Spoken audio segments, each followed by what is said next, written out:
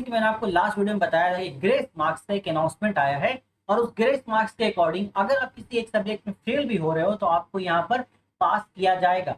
But इसका क्या पूरा डिटेल प्रोसीड्यूर है, किन किन बेसिस पर आपको ग्रेस मार्क्स मिल सकते हैं और मिनिमम कितना मार्क्स आपका खुद का होना चाहिए जिसके ऊपर ग्रेस मार्क्स आपको मिल सकता है, इन सभी के बारे में पूरा डिटेल में यहाँ पे चर्चा करने वाला हूँ। तो ये जो डिटेल अच्छे से देख लेना शुरू से लेके एंड तक, इन्फॉर्मेशन कोई भी मिस मत करना, कोई भी कंफ्यूजन ना हो इसके लिए बिना स्किप के वीडियो को देखना। अदरवाइज कंफ्यूजन अगर रही माइंड में तो फिर आपको फिर जाके बाद में प्रॉब्लम्स हो सकती है।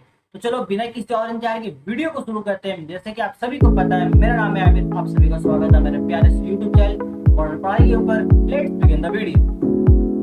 तो यार देखो, ग्रेस मार्क्स एक ऐसा चीज है जो आप इसको ऐसा समझ सकते हो कि एक्स्ट्रा मार्क्स आपको यहाँ पे दिया जाएगा।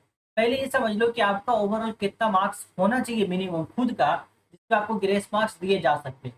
तो ओवरऑल 25 मार्क्स आपको चाहिए होता है पास करने के लिए, जिसमें से 10 मार्क्स आपको स्कूल से मिल जाते हैं अगर आपने प्रॉपरली अच्छे से प्रोजेक्ट का काम कर रखा है तो।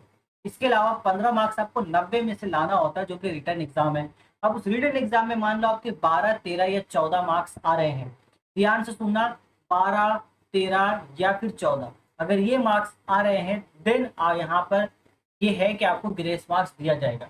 अभी तक जो कंफर्मेशन है वो इन्हीं मार्क्स के बारे में, अगर 12 मार्क्स से कम आपसे आ रहे हैं यानी कि 11, 10 या 9, 8 इस तरीके के मार्क्स के स्टूडेंट्स के आ रहे हैं तो फिर क्या है, उनको ग्रेस मार्क्स मिलने के चांसेस ना के बराबर हैं। बट 12, 13, 14 अगर हैं तो यहाँ पर 1, 2 और 3 मार्क्स की जो कमी हो रही है इसको वो ग्रेस मार्क्स के थ्रू पूरा करेंगे।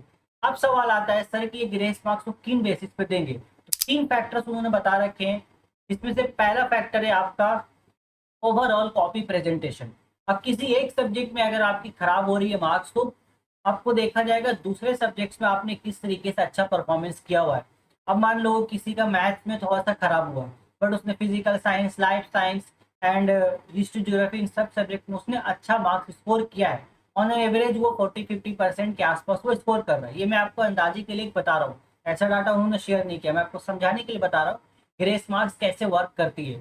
ठीक है, ऐसा आपने स्कोर कर रखा है तो आपका जो ओवरऑल कॉपी प्रेजेंटेशन था वो अच्छा था, आपने लिखा है एटलीस्ट एग्जाम में जो लिखा है वो सही लिखा, आपको मार्क्स मिले हैं अदर सब्जेक्ट्स में, तो वहां से उसके बेसिस पर आपको 2-3 मार्क्स यहाँ पे बढ़ा दिए जाएंगे। ऐसा नहीं कि वहां से मार्क्स कट आउट किया जाएगा, नहीं, बल्कि उसके बेसिस पर, उसके डिपेंडेंसी पर जो आपने वहां पे प्रेजेंटेशन दी है उसको मद्देनजर रखते हुए आपको यहाँ पर एक सब्जेक्ट में 2 से 3 मार्क्स आपको यहाँ पर बढ़ा दिया जाएगा और पास कर दिया जाएगा। दूसरा ये भी डिपेंड करेगा कि आपको स्कूल के प्रोजेक्ट में कितने मार्क्स मिले हैं, क्योंकि स्कूल के प्रोजेक्ट में 10 आउट ऑफ 10 मार्क्स अगर आपको मिल रहे हैं तो ये एक बहुत बड़ा फैक्टर है कि आपको ग्रेस मार्क्स यहाँ पे हेल्प करेगा और अच्छे से ग्रेस मार्क्स आपको मिल पाएगा।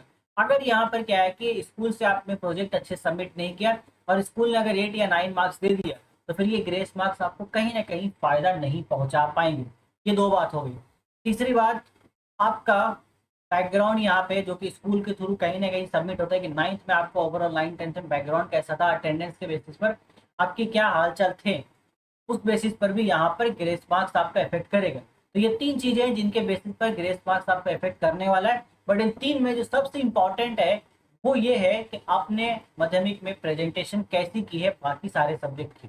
ठीक है, ये ध्यान रखना, ये सबसे इंपॉर्टेंट है। अगर एक सब्जेक्ट में आपका खराब है, बाकी सब सब्जेक्ट में आपका ओवरऑल एवरेज मार्क्स से अच्छा है तो आपको ग्रेस मार्क्स यहाँ पे मिल जाएंगे। ये चीजें।